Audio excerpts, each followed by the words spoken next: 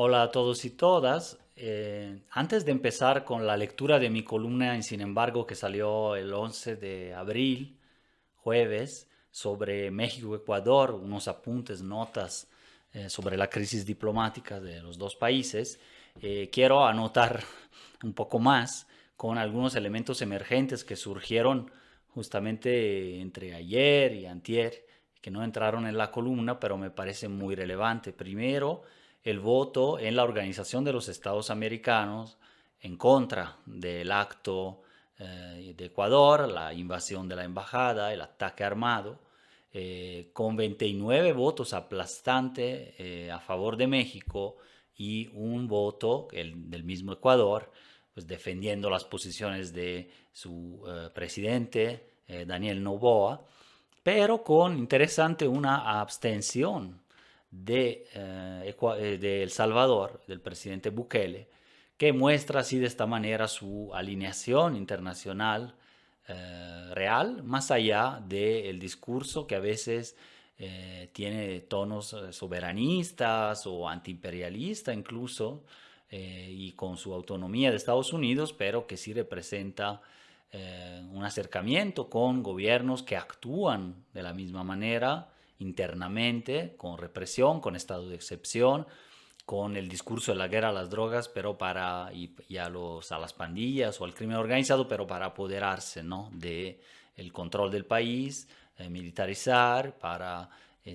poder controlar finalmente una serie de recursos y mantener un control social amplio. Esto más o menos independientemente de los resultados inmediatos, estadísticos, incluso en términos de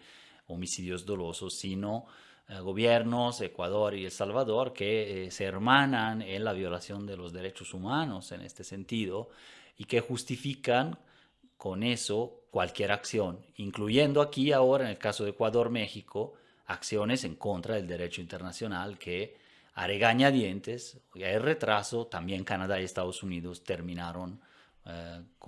por condenar, ¿no? Y también en la OEA. Entonces ese era un primer punto. También que salió un desplegado firmado por básicamente, podríamos llamarle así, personajes de las derechas internacionales y latinoamericanas, como el expresidente argentino Macri, el expresidente Fox, mexicano, Calderón, también Lenín Moreno, expresidente del Ecuador, Lazo, que fue justo el antecesor directo de Daniel Noboa, que entonces se separó Lazo del cargo en Ecuador por escándalos de corrupción y porque ya iba a padecer y a perder un juicio político, ¿no? Entonces, básicamente deshizo el Parlamento con ese procedimiento de la muerte cruzada que está en la Constitución del Ecuador, abusando incluso del procedimiento, y finalmente la libró y dejó ahí pues a otro delfín, el hijo del hombre más rico del país, empresario bananero, Daniel Noboa. Esto para el contexto. Y un poquito ese desplegado tiene el tono de ya supérenlo. Pues sí, se reconoce que hubo ahí una fricción, ¿no?, todo suavizado, pero que finalmente el diálogo deberá de resolver esta cuestión, ¿no?, un poco minimizando la gravedad histórica realmente de ocupar una embajada extranjera y secuestrar a una persona que tenía asilo político dentro de ella. O sea, una ruptura prácticamente histórica, sí, de las relaciones internacionales, ¿no? Entonces, en este contexto también se dan otras dos elementos más para anotar y sumarlos a las columnas que voy a leer ya a la brevedad, que es hay un tono envalentonado de Noboa, hace suponer que tiene de todos modos probablemente respaldo de Washington o bien por lo menos del Pentágono o de agencias o por lo menos del Comando Sur. Tanto es así que ya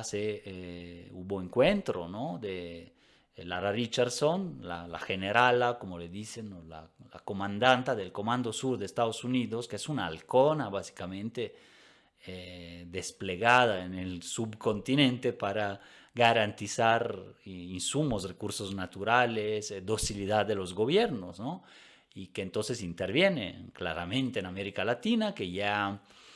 pasó por Argentina con Milei, quieren abrir ahí otra base para competir con la que tiene China y también retomar a Argentina, digamos así, en el seno de la influencia estadounidense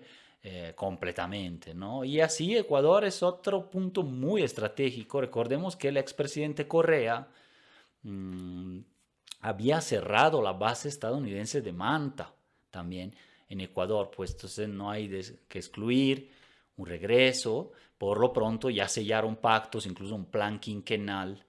para que suministre Estados Unidos una especie de pequeño plan Colombia, iniciativa Mérida por ahí, ¿no? Que suministre a Ecuador lo que necesita en términos de esta lucha, ¿no? Que yo llamo, ¿no? Basándome en obras de Daumari Peilis, por ejemplo, parte de este capitalismo antidrogas, ¿no? Que es finalmente uno de los motores de un complejo militar industrial en Estados Unidos, pero desplegado en el exterior como capitalismo antidroga o simplemente guerra a las drogas, ¿no? O a lo que sea, pero de este lado del continente ya no se habla mucho, no tanto de terrorismo, aunque sí quieren declarar los cárteles de la droga como terroristas, justo para seguir la misma narrativa de la guerra al terror que empezó, bueno, no empezó, pero se reforzó y recomenzó con Bush hijo, ¿no? En tiempos de Segunda Guerra de Irak, invasión de Afganistán, pero bueno, aquí en América Latina el corolario ha sido la guerra al narcoterrorismo, la guerra al narco, la guerra a las pandillas, la guerra a las drogas, así. Discurso retomado también tan límpidamente por el gobierno argentino de Milei y Burrich, ¿no? Secretaria de Seguridad, ahora que tienen un problema eh, para Argentina relativamente grave, pero para América Latina todavía un problema pequeño en comparación con otros países, pero ahí en Rosario y en la provincia y en otras ciudades, ¿no? Más bien lo están magnificando tremendamente justamente para justificar medidas de excepción que ya tomaron, pero pueden reforzarse con lo securitario, con lo policíaco y lo militar. Justo de eso se trata el referéndum que va a tener Ecuador el 21 de abril para ese modelo, para pasar a un modelo totalmente securitario en la Constitución y que entonces Noboa le ha puesto mucho políticamente, aunque está perdiendo consenso interno por esta burda intervención en la embajada mexicana y también mayoría en el Parlamento, porque Revolución Ciudadana, el partido, digamos, de izquierda, centroizquierda, ligado al expresidente Rafael Correa, también este está ya limitando el apoyo, quitándoles el apoyo parlamentario. Entonces por ahí va la situación de contexto en que ya voy, digamos así, a leer las consideraciones básicas de estos días sobre la columna. También Noboa se fue justamente a Miami, su ciudad natal, pero con una licencia en un momento de crisis internacional e interna de su país, sale unos días de licencia para estar en Estados Unidos e imaginamos que consultándose o trabajando a la estrategia futura con halcones de Washington, ¿no? Y finalmente, también la demanda de México ante la ONU y la Corte de Justicia, Internacional de Justicia, por este asalto armado a la embajada, y voy a citar exactamente a Alicia Bárcena, ¿no? Secretaria de Exteriores, lo que mencionó, que al amparo del ordenamiento jurídico internacional y sirviéndonos de la ley, hemos decidido, por instrucciones del señor presidente López Obrador, llevar a Ecuador a rendir cuentas por su flagrante transgresión a la inviolabilidad de nuestra embajada. Como se ve ahí abajo con esa foto, ¿no? Hoy también se revelaron en estos días justamente los videos internos de la embajada y cómo la brutalidad de ese ataque va más allá de lo que habíamos visto la primera noche, el primer día, ¿no? Ahí en las afueras de la embajada. Y entonces la condena a la agresión básicamente es pedir a la Corte Internacional de Justicia que se expulse o se suspenda más bien a Ecuador de la ONU, ¿no? Por este ataque. Entonces ahora sí, con este contexto previo, voy a leer la columna que se publicó en Sin embargo y PopLab este jueves. La crisis diplomática entre México y Ecuador, estallada la noche del viernes pasado tras el ataque de fuerzas policíacas y militares a la embajada mexicana en Quito y el secuestro del refugiado y asilado político Jorge Glass, expresidente ecuatoriano, nos arroja algunas enseñanzas dignas de anotarse. La mayoría de las veces los conflictos diplomáticos y las tensiones internacionales no son entre pueblos, sino entre gobiernos. Sin embargo, tienden a desatar reacciones que en el mejor de los casos desembocan en algunas manifestaciones de solidaridad a los respectivos gobiernos, pero en el peor de los casos se canalizan hacia un chauvinismo y nacionalismo excesivos e insanos. En México, los llamados del presidente y de la secretaria de Gobernación, Luisa María Alcalde, a la calma y al respeto de las y los ecuatorianos en el país ha sido un acierto. El llamado debe de incluir a todas las personas migrantes y en tránsito por el país, evidentemente por ser las más vulnerables y desde luego ajenas a este tipo de diferendos. Y lo mismo debería aplicarse para mexicanos, mexicanas en Ecuador. En los primeros días de esta crisis, en un intento para reducir su impacto, los medios corporativos principales del país andino dieron más relevancia a los justificantes internos, esgrimidos por el presidente Daniel Noboa y su secretaria de Relaciones Exteriores, y las presuntas responsabilidades mexicanas en el asunto. Así como, efectivamente, y agrego, grupos de las derechas, ¿no?, internas en el propio país, pues han empezado destacando ciertas responsabilidades supuestamente de las crispaciones, ¿no?, las tensiones previas, ¿no?, entre pues, López Obrador, Noboa, no solo por el caso Glass, ¿no?, sino por comentarios del presidente mexicano, pero que vienen ya de varios meses y varias semanas también de hostigamientos ante la embajada mexicana en Quito por parte de la policía o el ejecutivo ecuatoriano, ¿no? Menos espacio en los medios de allá tuvieron las graves repercusiones y condenas internacionales, las consecuencias inmediatas y de mediano plazo para el país, y sobre todo el hecho de que se creó un precedente muy peligroso a nivel latinoamericano y mundial, que rompe las reglas básicas de convivencia entre estados y en las relaciones internacionales. Fue un acto entre lo ingenuo y lo estúpido, pero así planeado, útil para fines de compactación de la opinión pública interna con vistas al referéndum del 21 de abril en Ecuador. La consulta pide al pueblo se exprese sobre un paquete de preguntas que cristalizan lo ensayado en los últimos meses, desde que se decretó el estado de excepción y el conflicto armado no internacional, y apuntan a militarizar la seguridad pública y establecer políticas justicialistas y de mano dura. El ataque a la embajada me parece una acción comparable en otro contexto y con las debidas proporciones a la decisión de la Junta Militar Argentina de invadir las Islas Malvinas y declarar guerra al Reino Unido en 1982.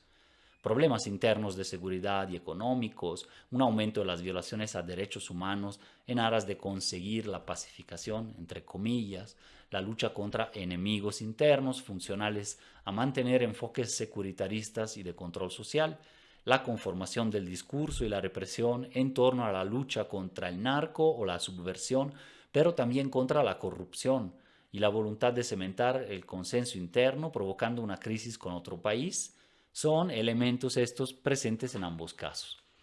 Jorge Glass es considerado un perseguido político por México según una posición y argumentos legítimos, y en esta línea por cada vez más integrantes de la comunidad internacional. Recordemos que el expresidente Rafael Correa, involucrado en el mismo caso judicial que Glass, tiene asilo político en Bélgica. Ya en 2021 y 2022, el relator especial de la ONU sobre independencia de magistrados y abogados, Diego García Sayán, había expresado claramente preocupaciones por el trato y la seguridad de Glass en prisión, pidiendo medidas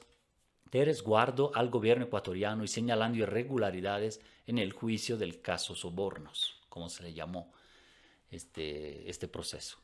Los argumentos de la Cancillería y la presidencia ecuatoriana para justificar la invasión de la embajada mexicana son débiles y muy probablemente van a ser rechazados ante la Corte Internacional de Justicia, a la que México ya ha presentado el caso y que a la postre debería sancionar al país sudamericano con multas y con restricciones a la participación en organismos multilaterales, incluyendo, como dije ahora en la introducción de contexto, también la suspensión de Naciones Unidas en dado caso.